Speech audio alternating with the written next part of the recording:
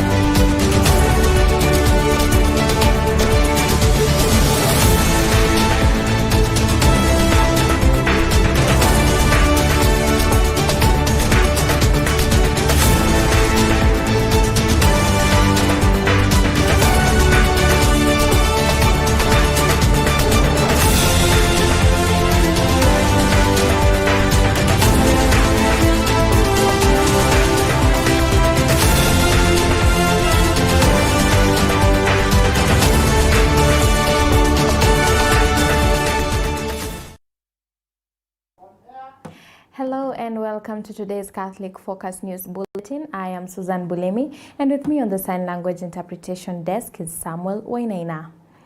The Catholic Diocese of Ngong has witnessed a significant spiritual milestone following the celebration of diocesan ordinations, bringing together the clergy, faithful, and families in a solemn ceremony marked by prayer and thanksgiving. The sacred event, presided over by the Bishop of the Catholic Diocese of Ngong, Right Reverend John Obala Owa, saw candidates ordained into both the priesthood and diaconate as the church reaffirmed its commitment to nurturing vocations and strengthening pastoral ministry within the diocese.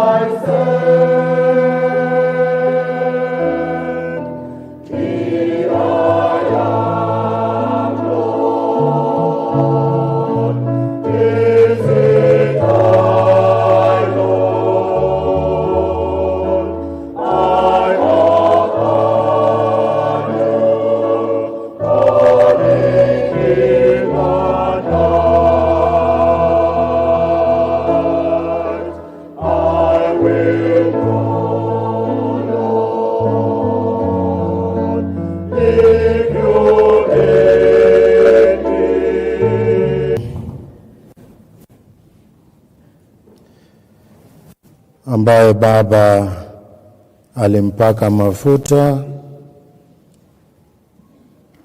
Roho Mtakatifu na nguvu.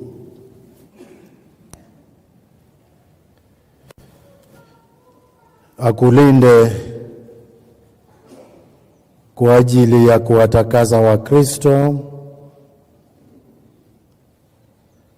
na kumtolea Mungu sadaka. Well, congratulations are in order to all the newly ordained priests and deacons. Moving on, residents in rural areas have been urged to adopt routine dental care practices, including visiting health facilities for oral and dental checkups at least twice a year, as experts warn that rising cases of dental diseases are becoming increasingly costly for many households. This call comes amid renewed efforts by health professionals to promote preventive oral health care during free medical camps, alongside growing appeals for the government to expand coverage of dental services under the Social Health Authority SHA insurance scheme to ease the financial burden on patients seeking treatment. Tracy Chibet with the details. Residents in rural areas have been advised to undergo dental and oral checkups at least twice a year in order to prevent dental diseases that often lead to high treatment costs. The advice was given during a free dental medical camp organized by doctors from BFL International. in collaboration with Kocholdo Training College in Teso North Constituency, Busia County. Give yourself some time. It just takes 2 minutes in a day to brush your teeth and floss. If you can do it twice a day, that will be your best prevention. Dentists are professionals who have trained in this field, and it's best to get professional advice. And if you are ever having pain or anything to do with your teeth, please visit your dentist. Speaking during the event, dental specialists from the organization, Dr. Farouk Soranthia, urged health professionals to continuously educate the public on proper oral hygiene practices in order to reduce the increasing cases of dental complications affecting many people. I think one of the major challenges that we see in the rural areas is that a lot of people don't have access to proper oral health care, and their education or their knowledge in oral health is a bit lacking. So I think it's good to actually reach out to people, give more information about how to practice good oral hygiene and how to be your own dentist. Yeah, you need to prevention is the start, and that will give you a longer, healthier, happier life and smiles. Not to believe on the traditional herbal medicine when they hear of any tooth problems. I want to encourage them, when you hear of anything, you feel anything on your teeth, please consult the doctors. That's the only way we can attend to that issue as early as it comes to your body. Otherwise, if we rely on the herbal medicine and it turns out not to work, then it becomes very late. Meanwhile, residents have called on the government to ensure that dental services are fully covered under the Social Health Authority, SHA, insurance scheme to ease the financial burden faced by patients seeking oral health care services. Dental issues are not covered in the SHA practice. We want to encourage the government to consider putting SHA to cover the dental issues so that the community members can benefit from these services. Because only through that any rural person can access because of their economic factors. So I really want to encourage that all the relevant practitioners to put dental as the key health needs to the community so the communities can get good services and good health. Huduma hii hatungeweza kuipata kule hospitalini kwa sababu mostly unapata hata SHA iwezi kukukava kwa kutibu meno ama kung'olewa meno, unapata ni ngumu zaidi. Reporting for Catholic Focus, I'm Tracy Chebet.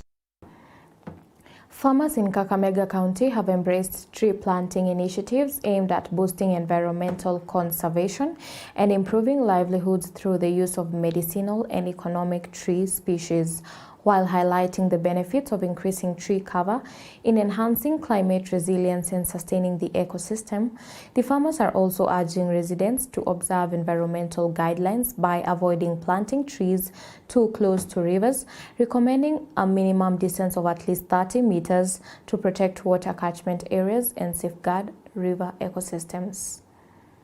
Toka tuanze, saizi tumepeana miche 145 milioni 145, na kwa huu msimu wa 2026 tunaazimia kudistribute miche 48 million. Na hii miche apart from kupeana tu kwa wakulima peke yao, na saidia pia shirika community, na saidia community, tunasaidia institutions kama shule, kama kanisa, kuhakikisha tu kuwa tunalea mazingira yetu na kila mtu anaweza kupanda miti. Ni vizuri tupande miti, ni vizuri tupande matunda. Katika hizo miti tuko na zingine ni medicinal. Badala ya kushinda tukikula madawa za hospitali nini na nini, ukichunguza hata uende katika mtandao na upate huo mti na umepanda kwa boma yako, si utachuna na utumikie na uitengeneze vile umepata, kuliko uende ununue dawa. Dawa zinaleta shida kwa mwili, lakini inabidi tutumeze, but tukitumikia hizi natural medicines zinakuwa mzuri. Kile kitu kilifanya pia tufikiria mambo na miti ni kukeep environment. So unaweza ona hata kwa hii boma kuna miti, at least kila mahali kuna miti. Inasaidia kuleta kivuli, inasaidia kuleta mvua. Tunawaelekeza before waende, tunawaambia wasipande kando ya mito ama chemichemi ya maji. Hiyo inataka upande wa juu, about 30 meters kutoka kwa vyanzo vya maji. Well, still focusing on matters concerning measures of taking care of our environment, the government has intensified its crackdown on industries accused of polluting the Nairobi River system, with NEMA shutting down a chemical manufacturing company in Mlolongo over illegal discharge of untreated waste. 3 company proprietors were arrested during the operation led by Environment Cabinet Secretary Dr. Deborah Barasa. Here is Nancy Kajuju with a full report. National Environment Management Authority (NEMA) has closed down Shirejit Chemicals Limited in Mlolongo following an impromptu inspection targeting industries discharging effluents into the Nairobi River system.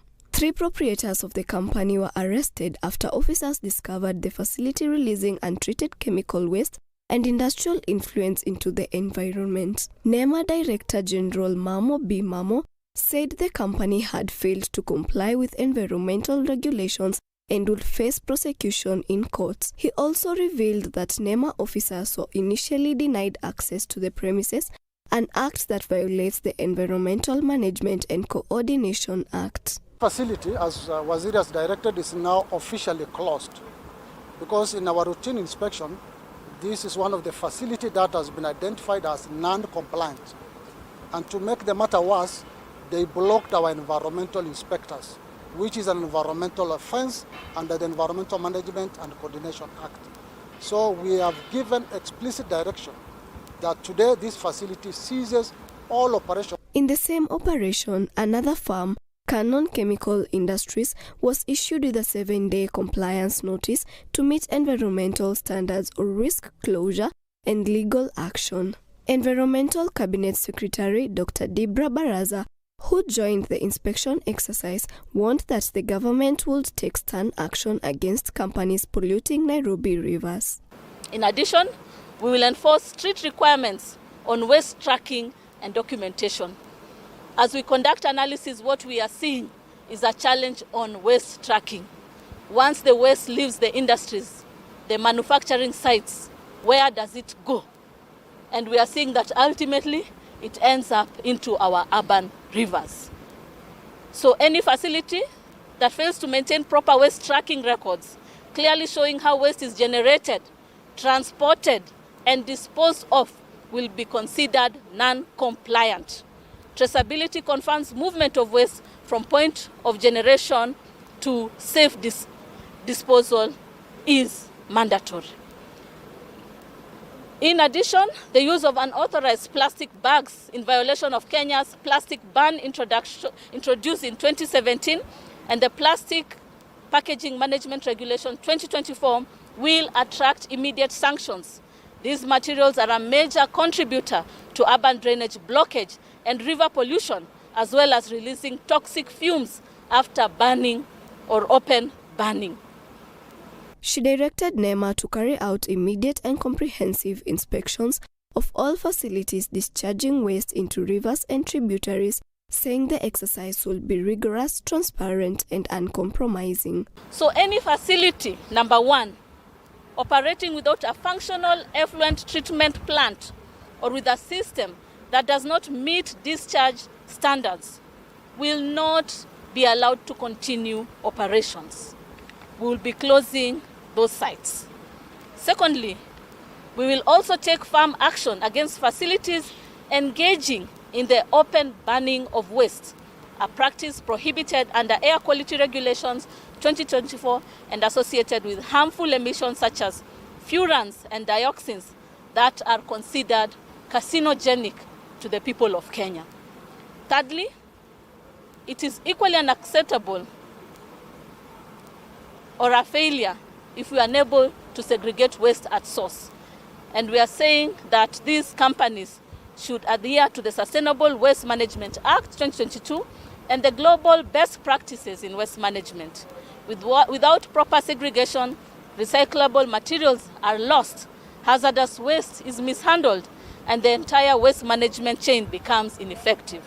And so we need to see waste segregation as source and how we are moving towards addressing the issues of waste management. Baraza noted that although more than 100 facilities were inspected last year and some installed effluent treatment plants, many industries remain in violation of the environmental laws. Reporting for Catholic Focus Capuchin TV, I'm Nancy Kajuju. And that report right there from Nancy Kajuju brings us to the end of today's Catholic Focus News Bulletin. Remember to stay tuned right here on Capuchin TV for more stories in all our subsequent news bulletin. I am Susan Bulemi, and our sign language interpreter has been Samuel Wainaina. Until next time, stay safe, be blessed, and remember to always keep it Capuchin TV.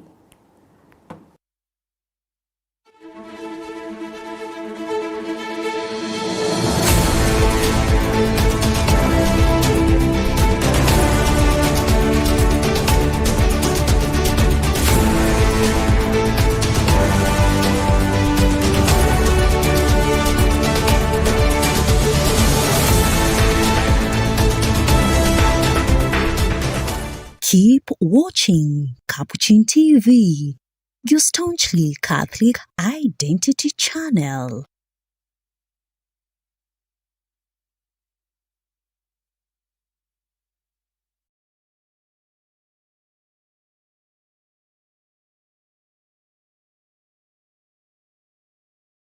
You are watching Capuchin TV. For any complaints, comments, or compliments on our programming, you can either write to us on info@capuchintv.co.ke or you can call us directly on 0717 424 866.